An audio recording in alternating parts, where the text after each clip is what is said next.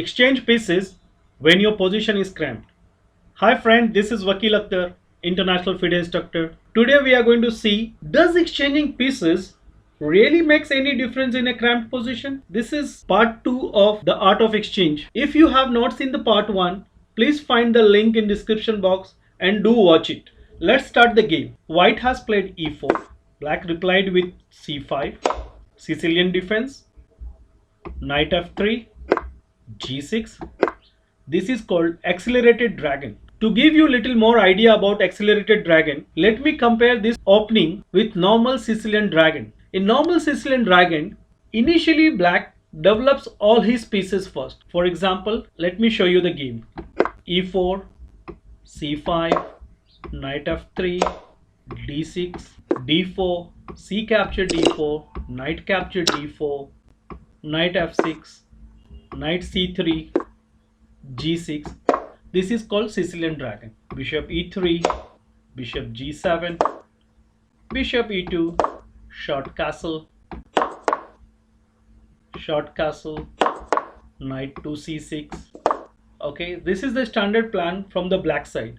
You can see black has played 8 moves. He developed most of his pieces out and he also castled his king. And actually black is looking here to play pawn to d5. The thematic break called d5. So if white plays any slow move here, a3, h3, king h1, black can always go with d5 break. Okay, in this case, we will keep king to h1. Then black can go with d5. Let's say white captures the d5 pawn. Black captures with the knight. Knight capture d5. Queen capture d5. Bishop f3. Attacking queen. Black moves his queen to f5. Now you can see here white has 2 attacks on this knight, with the knight and with the bishop. This is called twofold attack. White has a chance to grab a free pawn here. So let's say white plays knight takes c6, b takes c6, bishop takes c6. So white is a pawn up and white is also attacking this row. But black has already an attack on b2 pawn, and after rook b8 it is kind of impossible for white to save this b2 pawn. And once black will take the b2 pawn, black will get equality. Like, let me show you one variation here. If white plays queen d5, queen to c7, that means queen is still protecting this a7 pawn. Okay, so let's say white plays rook a b1, defending this pawn one time. Now black should win the tempo first with bishop e6. Queen should go anywhere, doesn't matter, queen f3 and all. Black can simply take this a2 pawn and black is better. So he lost a pawn on c6, he grabbed a free pawn on a2, but not only that, black has more attack coming on b2 pawn. As you can see, bishop is attacking on b2, rook is attacking on b2. So after rook d1 or something, or rook a1, black can even grab another pawn on b2 pawn. This is what black plans in this game. A thematic d5 break and then after that some counter attack. So this is all about normal Sicilian dragon where black goes for d5 break. But guys, what happens when somebody plays accelerated dragon? His idea is to play d5 without playing d6. You can see in this move number 2, normal dragon, black plays d6. But in accelerated dragon, black doesn't play d6. Black plays g6. And he wants to play d5, a direct break. Okay, so what happened in this game is, white has played d4.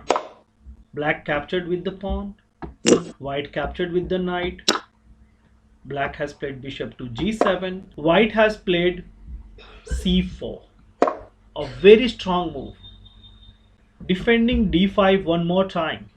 Already e4 is defending, so he got c4 to defend d5 one more time, making it very difficult for black to break the center with d5. And this idea from the white side is called Maruzi bind. Somebody calls it Maxi bind also, but this is called Maruzi bind. Now what happened in this game is, now since you can see it is not possible for black to do d5 break straight away, so he started developing his piece from the queen side. Knight c6, attacking d4 two times. White has played bishop e3, defending it two times. Now black has played d6. White has played knight to c3. Black has played knight to f6, threatening knight g4 to attack this bishop. White has played bishop e2, defending g4 one more time. Black did short castle here. White also did short castle here. Now black has played bishop to d7. White plays queen to d2. And with queen d2, white is also connecting his rooks. White's rook got connected. This is one of the very important rule in chess opening, that connect your rooks. That means whenever your rooks is connected, you have developed all your pieces. That means you are done with your development. Black has played rook e8 here. White has played rook to c1. Now white is getting his rook on the center lines. Black has played a6. Now white moved his other rook to d5, because white knows there's some action is going to go on the center of the board. So black played knight to e5. White has played h3 here, not to allow knight to come on g4. Now black has played rook to c8. White has played pawn to b3, because black was attacking c4 pawn two times and there was only one defender e2. Now black has played e6. White has played knight to c2. So friend, this position is really a cramped position for black. Black didn't achieve his opening strategy here in this game. He is unable to break on d5.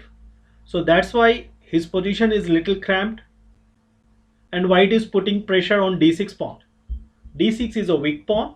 It is an open file. So white is putting pressure on d6. Now black has decided here that he won't save the pawn. Instead of that, black has played a counter-attacking move, queen to a5, attacking on c3 knight. Now white has to decide here whether he should keep his queen on d2 to defend this knight, or he should grab this pawn. What do you think, guys? What should white do here? Pause the video and think about the position. Should white capture the d6 pawn? Say yes or no. So white has decided here to take on d6. Black captured c3 knight. White has played bishop d4. And here black has played a very good move. Knight capture e4. Counter attack on the queen. Actually, when white has played queen takes d6, he has analyzed that after queen c3 bd4, that black will move his queen to f5. He will take the e5 knight with the queen. Queen will capture his queen, and he will capture opponent's queen with the bishop, or black queens with the bishop. And now it is impossible for knight to capture on e4 because of bg7, king g7 and rook capture d7. This is what white has analyzed before playing queen capture d6. But black didn't play queen a5. Instead, black played a very good move, knight capture e4. After knight takes e4, white took the queen, black queens. Black took the white queen and white captured this knight. Black moved his bishop to c6. After move number 15, over here, when all the pieces are there on the board, it's white is clearly better. But after bishop c6, the position is equal.